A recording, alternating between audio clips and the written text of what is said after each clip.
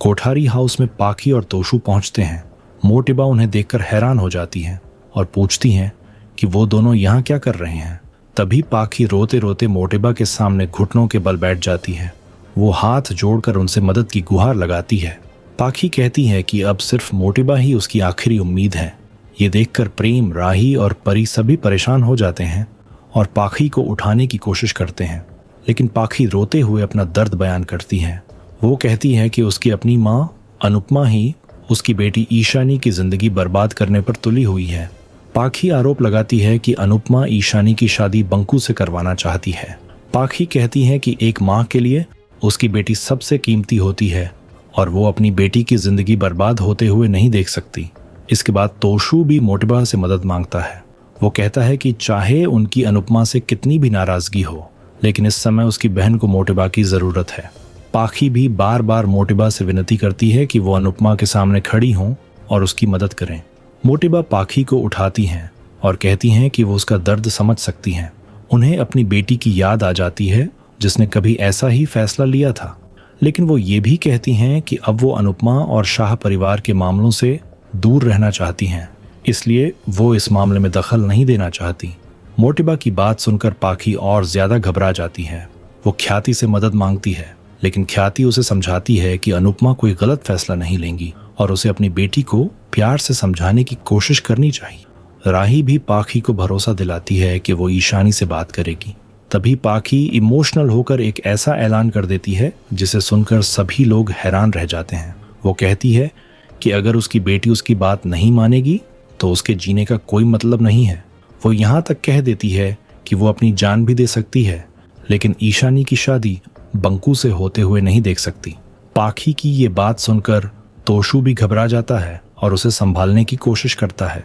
दूसरी तरफ शाह हाउस में अनुपमा सभी लोगों को एक साथ बुलाती है। वो कहती है कि उसे परिवार से एक जरूरी बात करनी है, लेकिन लीला पहले से ही गुस्से में होती है। जैसे ही उनकी नजर बंकू पर पड़ती है, वो ताने मारना शुरू कर देती हैं। लीला कहती हैं कि लगता है अब घर में अंश और प्रेरणा के साथ साथ ईशानी और बंकू की शादी की तैयारी भी होने वाली है। अनुपमा बार बार लीला को शांत करने की कोशिश करती है, लेकिन लीला उसकी एक नहीं सुनती। तब अनुपमा बहुत ही शांति से समझाती है कि अगर बंकू को कहीं दूर भी भेज दिया जाए तब भी ईशानी उसके पीछे चली जाएगी। वो कहती है कि सिर्फ दूर कर देने से प्यार खत्म नहीं होता।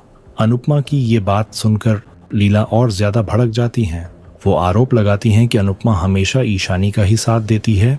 लीला ताना मारते हुए पूछती हैं कि वो वहां नानी बनकर आई है या फिर रिश्ता करवाने वाली बनकर।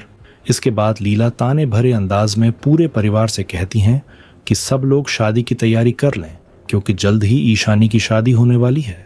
लीला की बातों से शाह हाउस का माहौल और ज्यादा तनावपूर्ण हो जाता है। तभी पाखी गुस्से में घर के दरवाजे पर पहुंचती है और जोर से कहती है कि ऐसा कभी नहीं होगा। उसके पीछे मोटिबा, राही और ख्याति भी घर में आते हैं। कोठारी परिवार को अपने घर में देखकर शाह परिवार हैरान रह जाता है। पाखी सबके सामने अनुपमा को चुनौती देते हुए कहती है कि वो अपनी बेटी ईशानी की जिंदगी बर्बाद नहीं होने देगी। वो ये भी कहती है कि अब वो अकेली नहीं है, क्योंकि मोटिबा उसके साथ खड़ी है। ये सब देखकर अंश, प्रेरणा और माही भी हैरान रह जाते हैं। ईशानी पाखी की हरकतों से नाराज हो जाती है। वो ताना मारते हुए कहती है कि उसकी माँ अपनी बेटी से प्यार से बात नहीं कर सकती, लेकिन पूरे मोहल्ले में तमाशा जरूर कर सकती है। पाखी भी गुस्से में आ जाती है और ईशानी को चुप रहने के लिए कहती है। दोनों के बीच बहस बढ़ने लगती है, लेकिन परिवार वाले उन्हें रोक लेते हैं। इसके बाद मोटिबा आगे आती हैं और बहुत शांति से अपनी बात रखती हैं। वो कहती हैं कि वो किसी के पारिवारिक मामले में दखल नहीं देना चाहती थीं, लेकिन पाखी का दर्द देखकर यहाँ आने पर मजबूर हो गईं। अनुपमा भी उनका सम्मान करते हुए कहती है कि वो उनकी हर बात ध्यान से सुनेगी। तभी बाबूजी का गुस्सा फूट पड़ता है। वो पाखी को डांटते हुए पूछते हैं कि घर की बात बाहर वालों तक क्यों पहुंचाई गई। पाखी जवाब देती है कि उसे अब अनुपमा पर भरोसा नहीं रहा। ये सुनकर बाबूजी और नाराज हो जाते हैं। बाबूजी कहते हैं कि जिस माँ ने हमेशा बच्चों का साथ दिया, आज उसी पर उंगली उठाई जा रही है। अनुपमा बाबूजी को शांत कराती है और कहती है कि पाखी को चाहे उस पर भरोसा ना हो, लेकिन उसे अपनी बेटी की चिंता जरूर है। इसके बाद मोटिबा अपनी बात आगे बढ़ाती हैं। वो कहती हैं कि शादी सिर्फ प्यार से नहीं चलती, बल्कि जिम्मेदारियों और समझदारी से भी चलती है। वो समझाने की कोशिश करती हैं कि इस उम्र में किसी को पसंद आ जाना आम बात है, लेकिन जिंदगी के फैसले सिर्फ फीलिंग्स के आधार पर नहीं लिए जा सकते। फिर मोटिबा बंकू की तरफ इशारा करती हैं और कहती हैं कि ईशानी ने जिस लड़के को चुना है वो एक साधारण परिवार से है। अनुपमा तुरंत उन्हें टोकते हुए बंकू का पूरा नाम बंसीधर बताती है, लेकिन मोटिबा अपनी बात पर कायम रहती हैं। वो कहती हैं कि गरीबी में जिंदगी बिताना आसान नहीं होता, इसलिए सिर्फ प्यार के भरोसे इतना बड़ा फैसला नहीं लेना चाहिए। मोटिबा अनुपमा से रिक्वेस्ट करती हैं कि वो ईशानी के भविष्य के बारे में ध्यान से सोचें। वो कहती हैं कि एक माँ होने के नाते उन्हें अपनी बेटी को मुश्किल जिंदगी की तरफ नहीं धकेलना चाहिए। उनकी बातों से घर का माहौल और ज्यादा भारी हो जाता है। इसी बीच राही ईशानी को भरोसा दिलाती है कि वो उसके खिलाफ नहीं है। वहीं ख्याति भी अनुपमा का समर्थन करते हुए कहती है कि उसे पूरा विश्वास है कि अनुपमा जो भी फैसला लेंगी वो परिवार की भलाई के लिए ही होगा। लेकिन तभी तोशु फिर से माहौल खराब कर देता है। वो कहता है कि उसे अनुपमा के किसी फैसले पर भरोसा नहीं है। बाबूजी तुरंत उसे जवाब देते हैं और कहते हैं कि जिस तरह उसने अपनी माँ की बात नहीं मानी, उसी तरह एक दिन उसके बच्चे भी उसकी बात नहीं मानेंगे। किंजल भी तोशु को समझाने की कोशिश करती है कि पहले अनुपमा की पूरी बात सुन लेनी चाहिए। बहस लगातार बढ़ती जाती है। आखिर में लीला सबको चुप रहने के लिए कहती हैं। तभी अनुपमा प्यार से मोटिबा का धन्यवाद करती है। वो कहती हैं कि उन्हें बच्चों की चिंता हुई और वो खुद यहाँ तक आईं।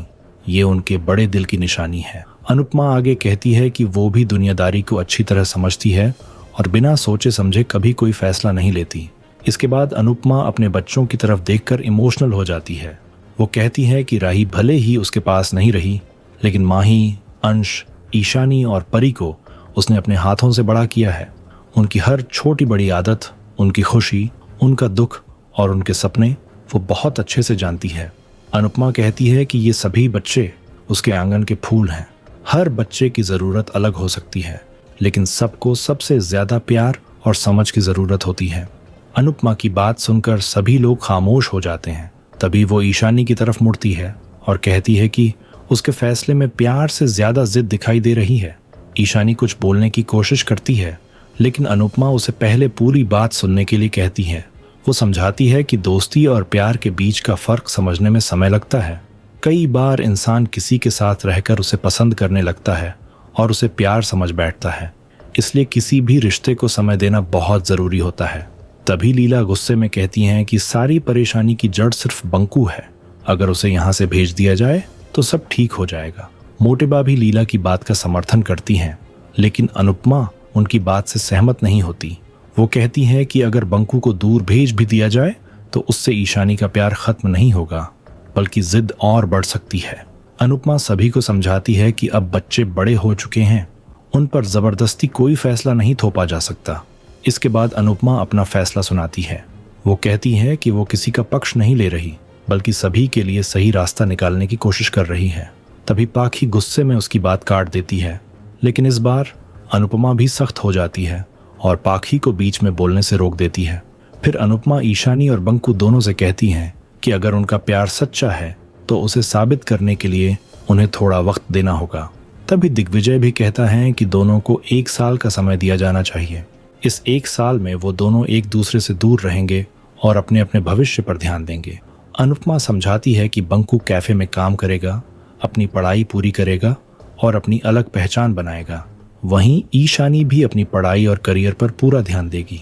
अगर 1 साल बाद भी दोनों का फैसला नहीं बदला, तब परिवार इस रिश्ते पर दोबारा विचार करेगा। अनुपमा और दिग्विजय की ये शर्त सुनकर सभी लोग सोच में पड़ जाते हैं। आने वाले एपिसोड में देखने को मिलेगा अनुपमा के फोन पर एक कॉल आता है। फोन सुनते ही उसके चेहरे पर खुशी छा जाती है। वो सभी को बताती है कि उनका कैफे बड़े कुकिंग कंपटीशन के लिए सिलेक्ट हो गया है। लेकिन तभी लीला याद दिलाती हैं कि कंपटीशन की तारीख शादी के कार्यक्रमों के बहुत करीब है। कुछ पल के लिए सभी चिंता में पड़ जाते हैं, लेकिन अनुपमा पूरे आत्मविश्वास के साथ कहती है कि सब कुछ अच्छे से मैनेज हो जाएगा। इसके बाद वो दिग्विजय से कहती है कि खाना बनाने में सिर्फ चाकू की धार नहीं, बल्कि बनाने वाले का प्यार सबसे ज्यादा मायने रखता है। श्रुति ताना मारते हुए कहती है कि इस कंपटीशन में सिर्फ खाना नहीं, बल्कि अपने विरोधियों को भी हराना होगा। लेकिन अनुपमा मन ही मन ठान लेती है कि वो किसी भी नफरत का जवाब नफरत से नहीं देगी। अब आपसे एक छोटा सा सवाल है, क्या ईशानी और बंकू को अनुपमा की बात मानकर पूरे 1 साल तक अपने करियर पर फोकस करने वाला फैसला स्वीकार कर लेना चाहिए? कमेंट करके ज़रूर बताएं।